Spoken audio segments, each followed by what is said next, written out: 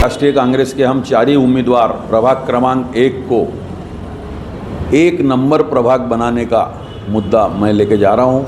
विकास का मुद्दा, जो कि पिछले 9 वर्षों में प्रभाग 1 में विकास हुआ ही नहीं है।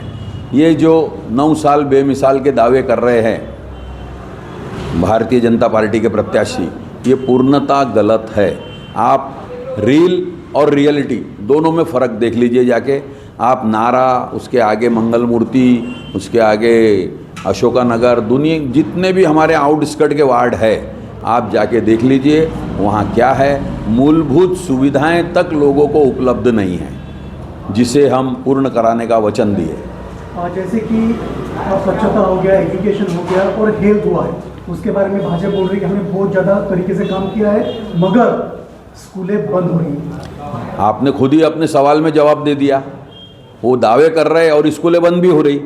जब ये इतना अच्छा काम कर रहे तो स्कूल बंद कैसी हुई? स्कूल को आपने आज के ज़माने के हिसाब से अपग्रेड करना था। 20 साल से भारतीय जनता पार्टी महानगर पालिका में शासन कर रही है, क्या किया उन्होंने ये तो बताइए। स्कूलें क्यों बंद हो रही महानगर पालिका की? गरीब बच्चे कहाँ पढ़ाएंगे? इंग्लिश मीडियम स्कूल क्यों नहीं बनाया जा रहा उसको? बाकी जगह बन सकती, यहाँ क्यों नहीं बन सकती? प्रभाग 1 उत्तर नागपुर में आता, इसलिए आप उसको पिछड़ा रखोगे क्या? जैसे कि प्रत्याशी बहुत ज़्यादा बोला जाता है कि पैसे वाला है, तो जनता ने क्या चूज करना चाहिए अभी? जनता इस बड़ी लड़ाई में, जो धन शक्ति के विरुद्ध एक जनशक्ति की लड़ाई बन चुका है, उसमें जनशक्ति के साथ है। इस अवसर पर आप पूरे प्रभाग की जनता से क्या आह्वान करोगे? मैं यही आह्वान करूंगा कि झूठ का पुलिंदा जो पैसे के बल पे वो प्रचार प्रसार करके बता रहे हैं, उसकी रियलिटी चेक करो और आप स्वयं चेक करो कि नगर सेवक आपके पास पिछले 9 सालों में कितने बार आए, या जब जब कोई प्रॉब्लम रहा तब आपके नज़दीक रहे क्या। आप सबसे बड़ा मुद्दा ये होता है कि नगर सेवक सबसे ज़्यादा नज़दीक का होना चाहिए, उपलब्ध होना चाहिए, और आपके प्रभाग में रहने वाला तो भी होना चाहिए। ये तो महाशय यहाँ रहते भी नहीं, छावनी में रहते हैं, तो इनको ढूंढेंगे कहाँ लोग? फ़ोन किसी की उठाते नहीं, ऑफिस में मिलते नहीं, एक नॉन अप्रोचेबल नगर सेवक रहे ये। इसलिए जनता का पूरा झुकाव हमारी एक सक्षम टीम की ओर है, और हम 4 उम्मीदवार, मैं आपको बताना चाहता हूँ, हमारे साथ 4 उम्मीदवार जो है वो बहुत ही बेहतरीन कर्मठ काम करने वाले हैं। हम इस बार जनता ने मन बना लिया है, 4 बटन पंजे की दबाकर प्रचंड बहुमतों से प्रभाग 1 में कांग्रेस की टीम चुन कर आ रही है। अगर आपको जनता ने चुन के दिया तो सबसे पहले जनता के हित में आपके कौन से कार्य होंगे? मैं सबसे पहले जनता को मूलभूत सुविधाएं जिससे वंचित रखा गया है लोगों को, और महानगर पालिका का ये कर्तव्य होता है, और जो नगर सेवक चुन के आता है उसका भी सबसे बड़ी जिम्मेदारी वही होती है कि मूलभूत सुविधाएं जनता तक पहुंचाना। जो नहीं पहुंची है, मैं आपसे वादा करता हूं कि हम 4 जने चुन के आने के बाद, और हमारे साथ माननीय हमारे आमदार डॉक्टर नितिन राउत साहब भी है, कुछ उनका फंड कुछ हमारा फंड, ऐसा करके हम पूरा मूलभूत सुविधाएं, जिसमें खास करके मैं बताना चाहता हूं आपको, गटर लाइन ही नहीं है। एक बहुत बड़े पैमाने पे एक लेआउट्स में गटर लाइन नहीं है। लोग सेप्टिक टैंक वापर के अपना काम चलाते हैं, और उस सेप्टिक टैंक को हर महीने 1.5 महीने में साफ करवाना पड़ता है, जिसका बोझा एक गरीब परिवार पे 4-4, 3-3 हज़ार रुपये महीने का लगता है। क्या यह विकास है? आप कौन सी दुनिया में जी रहे हो? मैं पुरजोर इनका विरोध करता हूं कि इन लोगों ने लोगों को जो मूलभूत सुविधाएं उससे वंचित रखा है।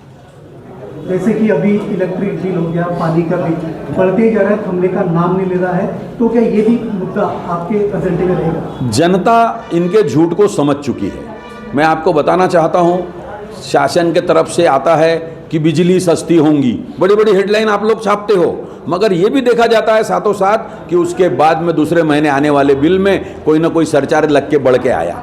कम कब हुआ ये तो बताइए। पानी के बिल देख लीजिए आप, पिछले 10 सालों में कितने बड़े हैं, कहाँ छोड़ा है इन्होंने? हर जगह लूट खसोट लगी पड़ी है और लोगों को चूसा जा रहा है। जैसे कि लाड़की बहन, ये सबसे ज़्यादा बोला जा रहा है कि हमने लाड़की बहन को सक्षम करने के लिए पैसे दे रहे हैं, मगर पेंशन नहीं मिल रही है, शासकीय निधि जो रहे ठेकेदारों के पैसे फंसे पड़े वो नहीं मिल रहे, तो क्या भाजपा गुमराह करने का काम कर रही है? और क्या, आपने स्वयं ही अपने सवाल में ही जवाब खुद ही दे दिया, मैं क्या बोलूं उसको। इन लोगों का काम ही ऐसा है कि जनता को बेवकूफ़ बनाओ। लाड़की बहन योजना एन इलेक्शन के पहले लाई गई, विधानसभा के पहले, और तो और चुनाव आयोग हमारा सो रहा है। चुनाव के दिन और उसके एक दो दिन पहले आचार संहिता लागू रहते हुए लोगों को पैसे दिए जाते हैं। ये क्या तरीका है?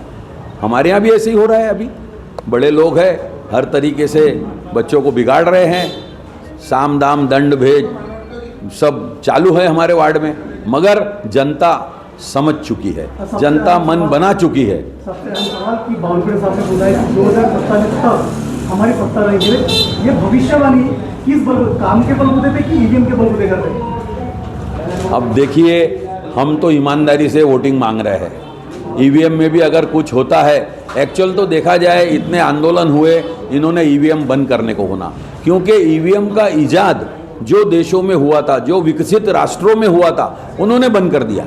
यानी उनको समझ में आ गया कि ये एक मैनेजेबल है, कुछ ना कुछ है, और एक इलेक्ट्रॉनिक मशीन है, उसको आप जैसा कमांड दोगे वैसा करेंगे। आप बिल नहीं भरते हो अगर मोबाइल का, आपका रिचार्ज खत्म हो जाता है, आपका वहाँ से 100-200 किलोमीटर दूर से उनके रिमोट से आपका मोबाइल बंद हो जाता है, तो फिर क्या नहीं हो सकता इस दुनिया में। और जब जनता चाह रही है कि बैलेट से चुनाव हो, तो आपके मन में खोट क्यों है? हम तो ये बोलना चाहते हैं, आप जनता के मन से कराइए।